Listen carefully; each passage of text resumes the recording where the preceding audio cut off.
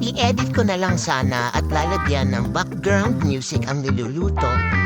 Yung anak ko kasi ang tuturuan ng mami ko na magluto ng tortang talong at ako na lang ang magbi-video.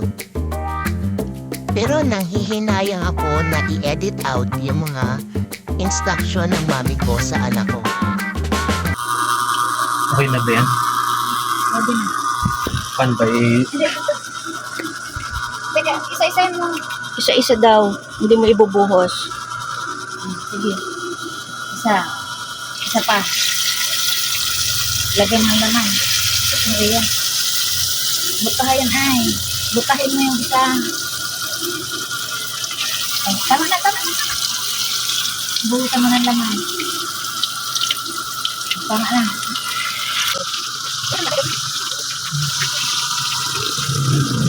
sira?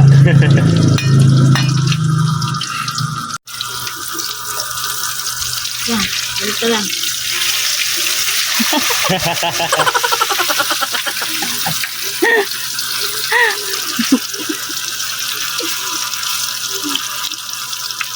Pitiin ang pitiin na yain. Ang crunchy na. Hayain mo daw, hayain na. Kaya Hayai.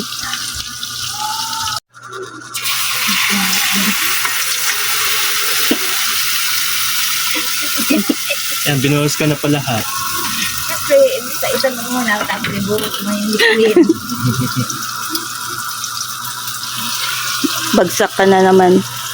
Bagsak ka na naman.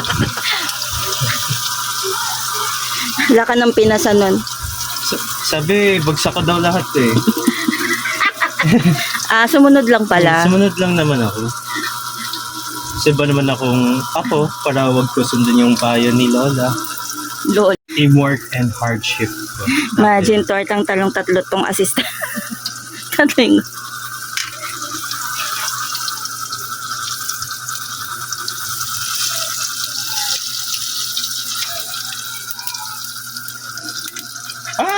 Sira yung isang ano. Okay lang.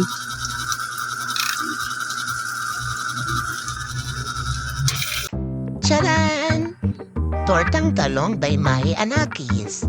Mas masarap pala talaga ang lasa ng tortang talong kapag ang talong ay pinaapoyan muna sa may uling.